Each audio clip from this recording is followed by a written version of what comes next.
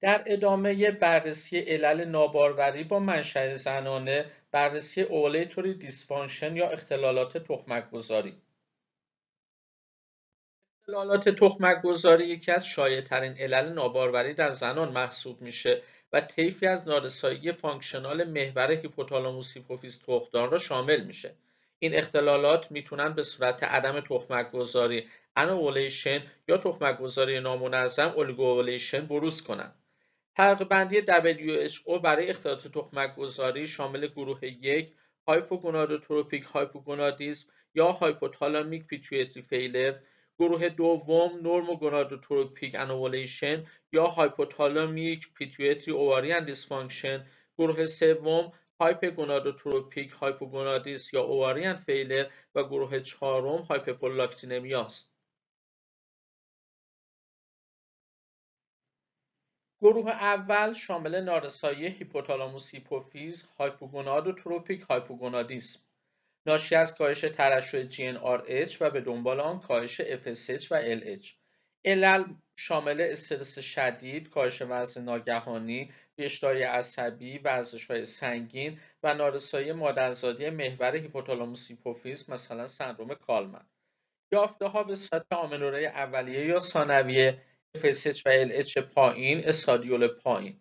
درمان به سطح اصلاح سبک زندگی در موارد تغذیه یا استرس، گونادوتروپین به سطح HMG HCG برای الغای تخمک‌گذاری و پمپ GnRH در موارد خاص. گروه دوم دیسفانکشن محور هیپوتالاموس هیپوفیز تخمدان نورموگونادوتروپیک انوولیشن. شایع‌ترین گروه شامل سندرم تخمدان پلیکیستیک PCO و برخی موارد ناشناخته. مشخص این گروه FSH و LH نرمال یا کمی افزایش یافته، تخمک‌گذاری نامنظم یا عدم تخمک‌گذاری هست. درمان بر اساس تارگت برای تنظیم سیکل ترکیبات OCP و برای باروری کلومیفن سیترات یا لتروزول به عنوان خط اول. گونادوتروپین ها در موارد مقاوم، متفورمین هم در موارد مقاوم به انسولین. سوم نارسایی تخمدان هایپرگونادوتروپیک هایپوگونادیسم شامل نارسایی زودرس تخمدان پرمچور اوواریان اینسافیشنسی و نارسایی ناشی از کموتراپی یا رادیوتراپی. یافته‌ها در این گروه شامل FSH بالا بیش از 25 میلی اینترنشنال یونیت پر ml و استادیول پایین همراه با آمنوره اولیه یا ثانویه. درمان به سطح HRT هورمون ریپلیسمنت تراپی در زنان جوان برای حفظ سلامت استخوان و اهدای اووسید در موارد ناباروری.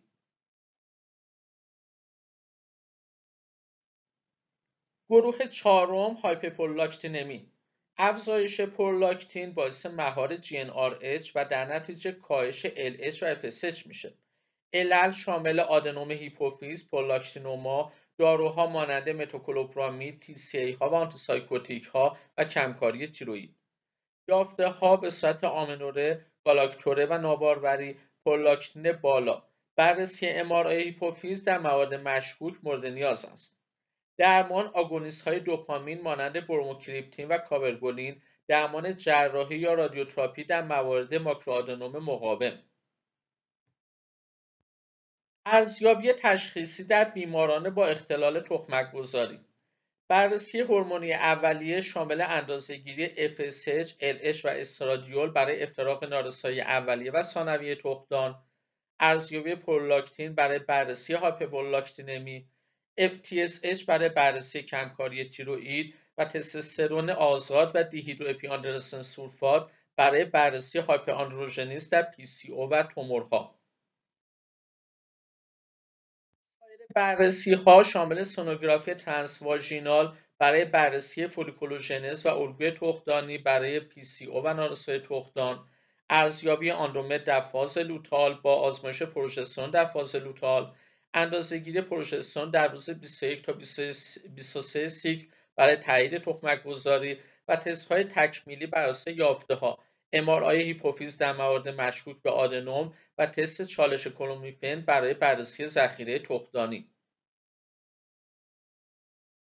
استراتژی‌های درمانی بر اساس هدف بیمار هست. در تنظیم سیکل در زنان بدون تمایل به بارداری در PCO و تخمک‌گذاری نامنظم، دادن OCP و مدیریت متابولیک در زنان چاق یا مبتلا به مقاومت به انسولین شامل رژیم غذایی، ورزش و متفورمین. در القای تخمک‌گذاری در زنان مبتلا به ناباروری در موارد PCO که شایع‌ترین علت هست، خط اول لتروزول به دلیل تاثیر بهتر بر لانه‌گزینی نسبت به کلومیفن، خط دوم گونادوتروپین ها FSH در موارد مقاوم و خط سوم دیریلینگ لاپاروسکوپیک تخمدان در PCO مقاوم. در هایپرپرولاکتینمی کابرگولین یا بروموکریپتین برای تنظیم تخمک‌گذاری. در نارسایی محور هیپوتالاموس هیپوفیز پمپ GnRH یا HMG-HCG در موارد نیاز. در نارسایی زودرس تخمدان هم گزینه درمانی در ناباروری اهدای اووسید هست. اختلالات تخمک‌گذاری طیفی از دیسفانکشن‌های محور هیپوتالاموس هیپوفیز تخمدان را شامل میشه که در زنان مبتلا به ناباروری شایع‌اند. تشخیص افتراقی دقیق بر اساس سطح هورمونی، سونوگرافی و سایر تست‌های کمکی ضروری است. رویکرد درمانی باید متناسب با علت زمینه‌ای و اهداف بیمار، باروری یا تنظیم سیکل انتخاب می‌شود. در ادامه بررسی فاکتورهای زنانه ناباروری و قسمت اووولیتوری دیسفانکشن، PCO به طور جزئی مورد بررسی قرار خواهد گرفت.